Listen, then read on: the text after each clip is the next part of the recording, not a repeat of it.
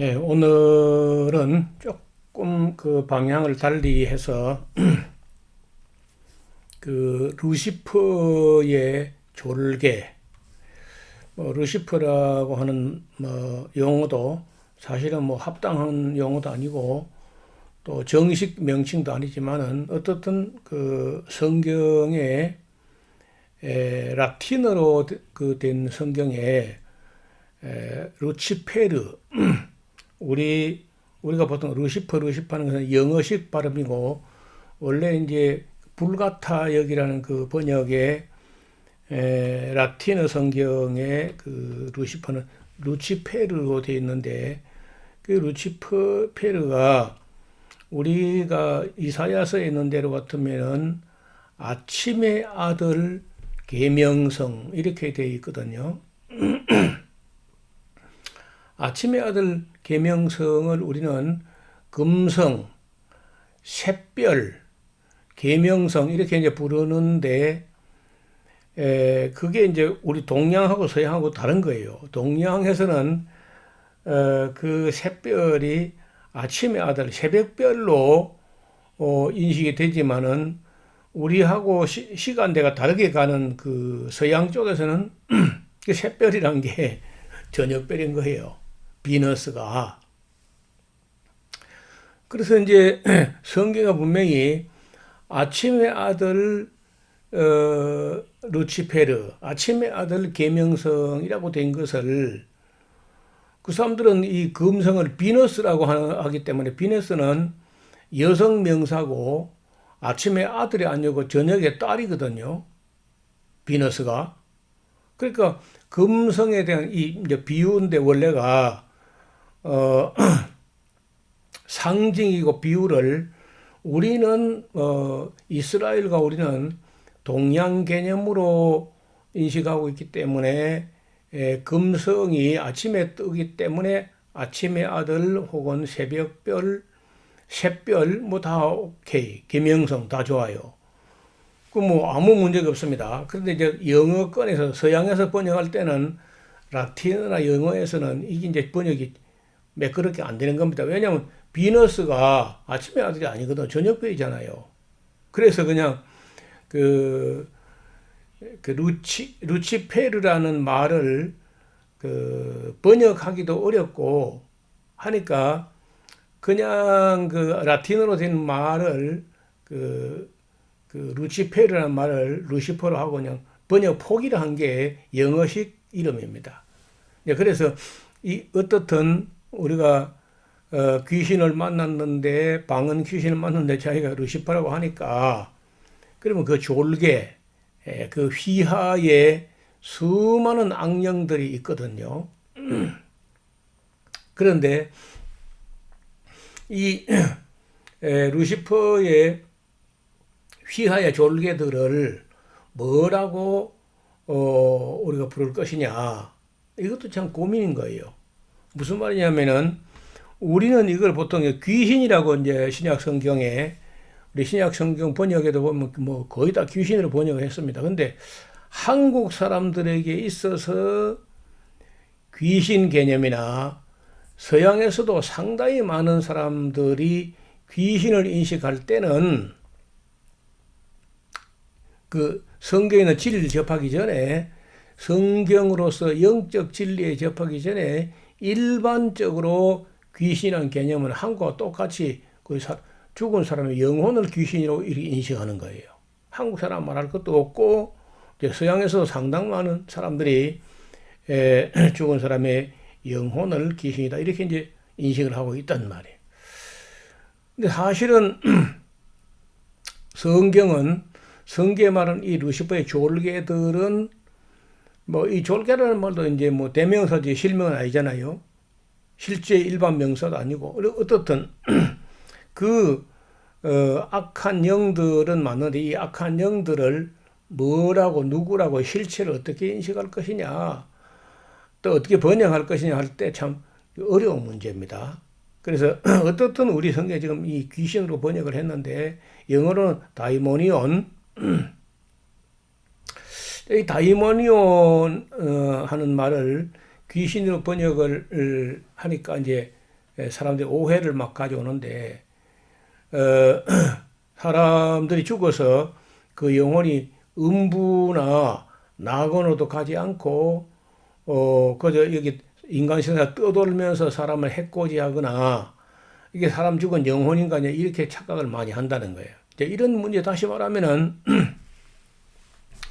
이 귀신들이, 또 말을 하기도 그렇게 말합니다. 귀신들이 꼭 정직하게 말하지 않고, 귀신에게 물어보면은, 거의 대부분이 그 어떤 조상이 죽은 영혼이라 이렇게 말하는 거예요. 그러니까 그게 쏘면 안 돼요. 그 거짓말이거든요. 근데 거기 쏘아 넘어간 사람이 김기동 목사예요. 김기동 목사뿐 아닙니다. 수많은 서양의 신학자들이 이 귀신을 사람 죽은 영혼이라고 이렇게 인식을 하고 있는 거예요. 실제로. 그 문제죠. 그래서 저는 그 얼마 전에 악령들의 세계라는 책을 써서 내놓기도 했습니다. 왜냐하면은 나중에 이제 신학을 하게 된 동기, 즉 저 같은 사람이 신학을 하고 목사가 된 동기가 이하고 멀지 않아요. 이 사건. 다시 말하면은 이 보이지 않는 세계에 루시퍼의 방언부터 시작해가지고 그 당시 우리 교회에서 어느 그때 한 3월 정도 됐는지 몰라요. 2월에는 3월 정도 같은데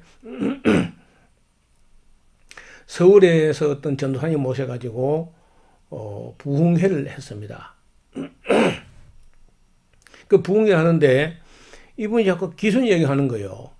그래서 처음에 제가 믿은 지가 얼마 안 됐을 때, 다시 2년도 채 안 됐을 때이기 때문에 왜 그 기독교가 건전한 종교가 진리를 이야기하지 무슨 귀신 같은 그런 미신적인 소리를 하시는가 처음 이렇게 생각했어요. 그런데 점점 집회가 진행되면서 성도들 속에 교회 다니는 사람이 세례도 받았고 말이에요. 그런 사람들 속에 귀신이 들어있다가 그 강사가 부르니까 나와서 대답도 하고 나가라 하니까 나가기 싫다 하고 울고 불고 버티고 하다가 사람을 꽈당하고 넘어뜨리고 나가기도 하고 막 이런 거예요. 그런데 이게 한두 사람이 아니고 시골 개척교회에서 인원이 한 40명 정도 장년 청년 해서 청장년이 한 40명 되는데 그 중에요 25명 정도가 귀신이 들어있다가 나가는 거예요. 여러분 같으면 그때 어떤 생각이 들겠어요? 와, 이거 정말 이 악령이 실체가 있구나 말이야. 우리 동양 사람들 내지는 이 인도의 영향을 받은 사람들의 사고방식은요. 귀신이라는 것은 있다고도 할 수 없고 없다고도 할 수 없고 그런 존재다. 있다 하면 있는 것이고 없다 하면 없는 것이다. 참 한국 사람들 사고방식이나 참 어정쩡하죠. 이것도 아니고 저것도 아니고. 그런데 그때 제가 그 해도 역시 이제 1975년, 76년 아마 76년 같아요. 그 어간인데 그 집회를 진행하면서 큰 충격을 받았고 그 악령들이 사람에게 들어가서 그 사람의 삶을 망가뜨리기도 하고 또 아무 일이 없는 뜻이 있는 것도 많아요. 무정상. 귀신이 들어 있는데도 일반 사람들이 볼 때 아무 정상이 안 보이는 겁니다. 그냥 정상 사람이야. 근데 교회 집회 중에서 정상이었던 줄 알았는데 그 사람 속에서 귀신이 있다가 정체가 드러나가지고 결국은 쫓겨나가고 어떤 그 마을에 우리 마을 제가 일하는 그 목공소 바로 옆에 나보다 나이가 몇 살 더 하는 부인이 있었는데 이 부인이 말이죠. 맨날 부부싸움을 하고 남편이 걷어맞고 또 뭐 부인이 또 남편이 안 맞으려고 도망을 밖을 막 온 골목길 도망을 가고 남편이 그것도 따라 잡으러 가고 막 이런 일들이 사흘이 멀다고 일어나는 집이 있었어요. 근데 그 여자분을 교회로 전도차 모셔와가지고 그 강사가 그 여자 처음 교회 나온 사람에게 그 이런 이야기를 듣는 중에 가슴이 울렁울렁하고 속이 미싱미싱하고 하면은 앞을 나와야 그 귀신이 다 나와요. 아 이렇게 하는데 그 부인도 나가가지고 이제 정체가 드러나는 거예요. 그래서 그 귀신이 그 부인에게 있다가 뭐 나가기 싫다고 이제 울고 불고 했는데 이제 강사가 물었어요. 누구냐고 물으니까 시숙 그리고 자기 남편의 형님인 거야. 자기 남편의 형님 되는 사람의 이름을 대면서 그 누구라고 하는 거예요. 그래서 남편의 형님은 죽었거든요. 죽어서 그 지역에서 모르는 사람이 없을 정도로 유명한 시골에서 아주 유명한 사람이었는데 폐결핵인가 해가지고 죽었어요. 죽기로는. 그런데 죽어가지고 그 제수되는 사람에게 들어온 거야. 그러면 누가 볼 때나 그 이제 일반 사람이 볼 때는 그 사람이 죽은 그 형님 그러니까 시숙이 죽은 영혼이 자기에게 들어와 있다는 거 아니야. 그러면 그 시숙이니까 자기 남편의 형님인 거예요. 그러니까 아내에게 들은 영이 남편보다 위잖아요. 형이니까. 그래서 그런지 이제 그 싸움이 나면 항상 여자가 또 이기니까 남편도 질 수 없잖아요. 질 수 없으니까 몽둥이를 가지고 장작개비를 가지고 이제 때리려고 하니까 또 도망가고 이제 이런 상황이었다는 거예요. 자, 이런 거 보니까 굉장히 혼란스럽죠. 사람이 죽은 영혼이 뭐 저승도 안 가고 지옥도 안 가고 천당도 안 가고 낙원도 안 가고 음부도 안 가고 어떻게 뭐 돌아다니고 사람에게 들어와 있는 게 확인되니까 굉장히 혼란스럽죠.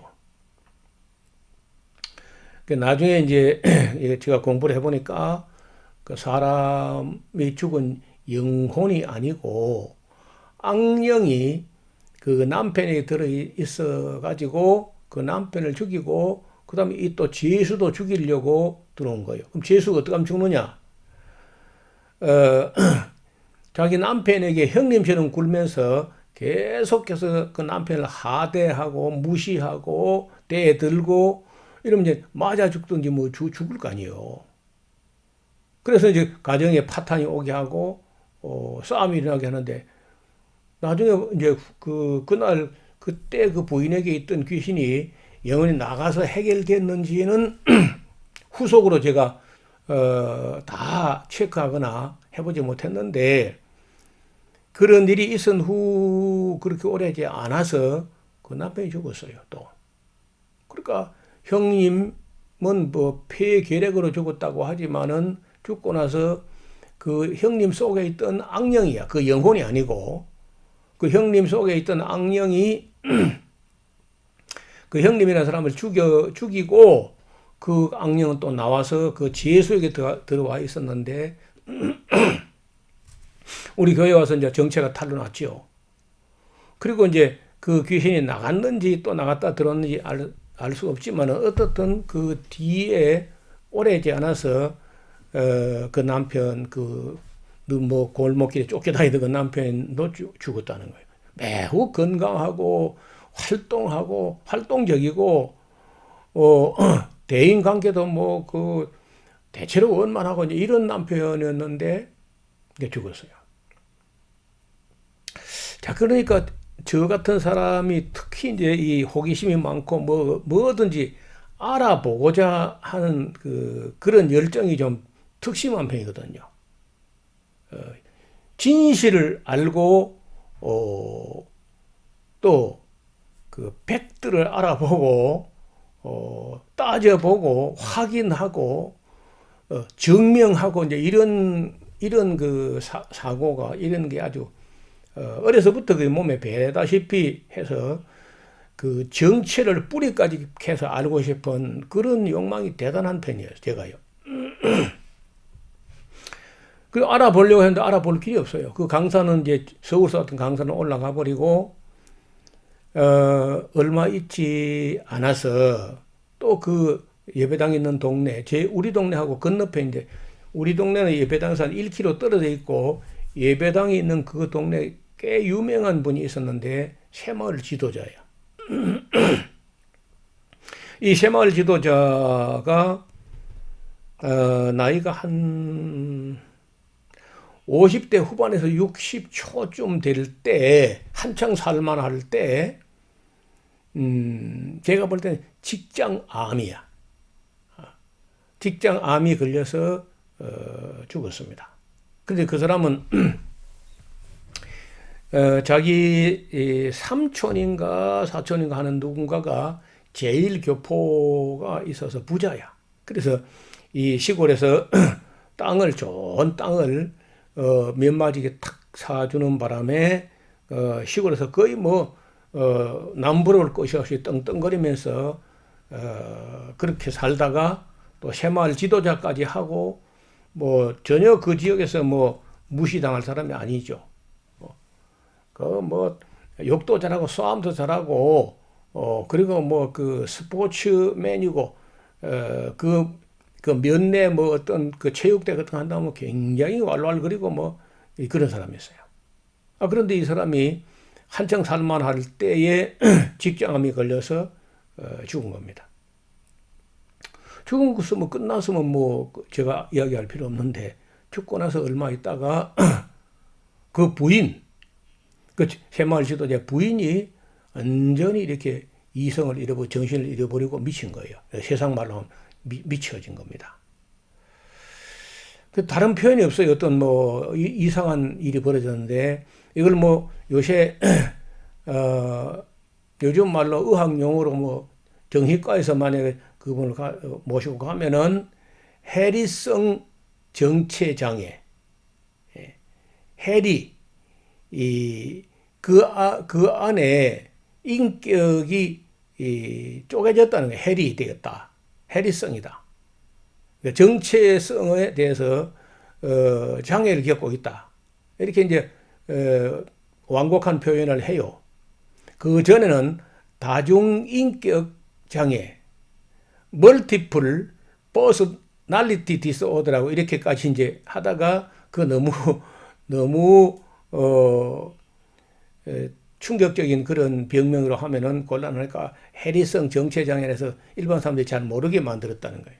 그 이전엔 또 정신분열증이라고 이렇게 해요. 그런데 정신분열이나 다중인격장애나 해리성 정체장애나 이런 말로 표현하지만 실제적으로 우리가 신학적인 입장에서 검증하고 또 불러서 그 안에 있는 귀신하고 대화를 시도해가지고 물어보면요. 정신이 분열된 게 아니야.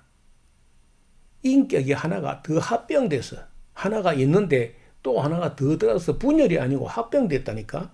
이거 완전히 정신과에서는 거꾸로 이야기하는 거죠. 다중인격 장애, 그 상당히 맞는 말이에요. 다중인격, 인격이 멀티플, 하나가 아니고 여러 인격이 다중, 그러니까 하나만 아니고 둘만 아니고 셋만 아니고 지난번에 루시퍼의 방언을 받았던 그 민인옥이라는 처녀에게는요, 자기들이 여럿이라 하길래 그럼 몇인데 물었더니 102이 들어앉았다는 거예요. 그 처녀 안에. 그 사실인지 알아볼 수가 없어. 그 꺼내가 세볼 수도 없으니까. 어쨌든 듣기로는 내가 물으니까 누가 대답하면 되느냐고 하길래 그게 무슨 소리 했더니 자기도 여럿이라는 거예요. 그리고 몇인 됐더니 102이라 하더라고. 예수님도 막달라 마리아 같은 경우에 7 귀신 들렸다가 예수님께로부터 구원받아가지고 예수님을 섬겼던 여인이 있잖아요. 막달라 마리아. 또 거라사인 속에는 하나 둘이 아니고 군대가 들어있다는 거예요. 군대가. 근데 이것이 뭐 미신적인 이야기가 아니고 영의 세계를 실제로 이렇게 경험해 본 사람들은요, 문자 그대로, 성경의 문자 그대로 사실입니다. 나보고 성경을 너무 문자적으로 해석한다고 타들하는 사람이 있는데, 경험 안 해보면 문자적으로 안 보면 뭐 이 상징이다 뭐 이렇게 하는데, 실제로 그런 영의 세계를 경험하면 누구든지 저처럼 문자적으로 해석합니다. 이게 또 하루 이틀에 한두 건 해가지고 오해나 착각 이런가, 여러 사람이, 여러 수십 명이 객관적으로 함께 본 겁니다. 경험하고. 그래서 그런 분야에 저는 굉장히 일찍 이제 눈을 뜨게 됐는데, 왜냐면 처음 믿을 때부터 이제 그런 시골에서 아주 뭐 동네나 교회가 귀신이 뭐, 득식을 하는 그런 지역이야. 이게 복음의 최전방에서 경험한 거든. 그런데 도시에서 뭐 귀신도 안 들린 사람들하고, 목회하고 뭐 이런 사람들은요, 전혀 이해를 못할 겁니다. 나처럼 완전히 지리산 꼴짝에 그냥 귀신 충만한 데서 득식한 데서 이렇게 목회를 해보고 실제 귀신들과 스파링을 해보고 이렇게 해본 사람들의 이야기는 매우 낯설고 생소할 겁니다. 그래서 이제 결국은 제가 이 보이지 않는 세계에 대해서 좀 제대로 알아봐야 되겠다. 전문적으로 좀 알아봐야 되겠다. 그래 알아보려면 어떻게 해야 돼요? 할 수 없이 신학교를 가야 되는 거예요. 신학교를. 그래서 이제 그 신학교를 가서 또 이런 문제를 어떻게 공부하고 어떻게 알게 되는지를 다음 시간에 조금 더 연장해서 말씀드리겠습니다. 우리 이야기는 이게 아직 끝나는 게 아닙니다. 아직 멀었어요. 이게 보통 복잡한 문제가 아니에요. 다음 시간에도 여러분과 만날 수 있기를 기대합니다. 감사합니다.